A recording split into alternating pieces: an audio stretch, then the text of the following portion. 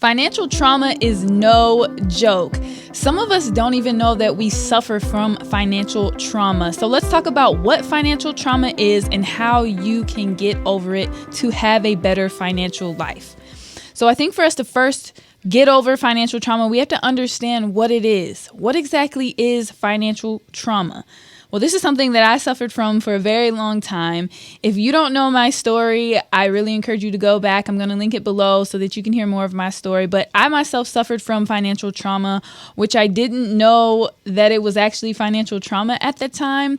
But to let you know what financial trauma is, it's categorized as a reaction to some sort of financial stress. Okay, so it's a reaction to chronic financial stress. So if you are always feeling overwhelmed by your finances, or going back to your childhood in particular, if you didn't grow up with enough money, if you were always lacking money in your family, you were always told no, then you might be dealing with financial trauma.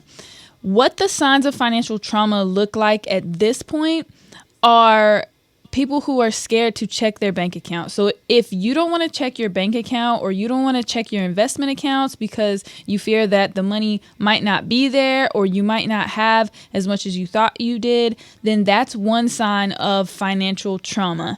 And I know before I took control of my financial life, I was always feeling like I didn't have enough.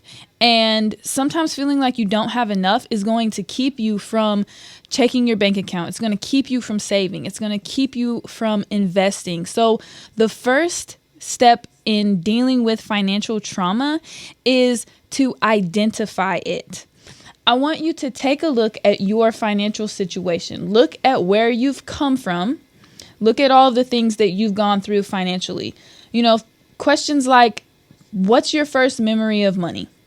For me, my first memory of money is actually when I was 6 years old. I had a foster brother and his mother came to take him out for the day, and she asked if I wanted to go, and I said sure.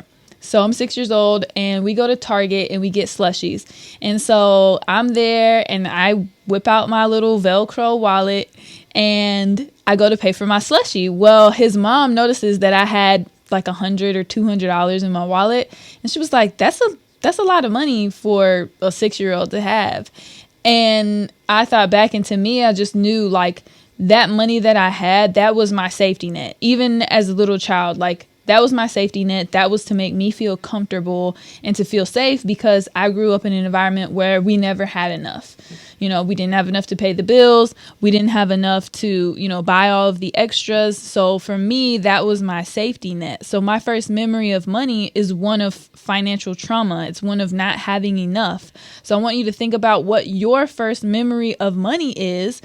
And if that is a traumatic memory for you, then you may be suffering from financial trauma.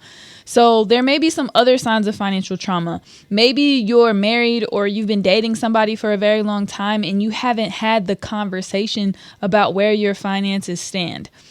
So one sign is maybe ignoring looking at your accounts. Another sign is potentially not having that conversation with a spouse or significant other, or even family members or friends that really matter to you. I know having the conversations about finances are taboo, and so I want to help break that narrative.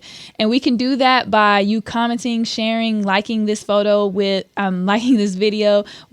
anybody that you know that you think it may help them break through. So if you're having a hard time having that conversation with a spouse or in a new relationship, then I encourage you to share this video with them. So I want you to first identify financial trauma. So ask yourself, what's your first memory of money?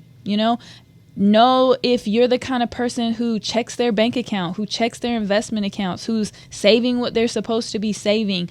These are all signs of people who have no financial trauma or who have worked through their financial trauma. So I want you to identify if you are a victim of financial trauma. Once you identify that, I want you to address your situation.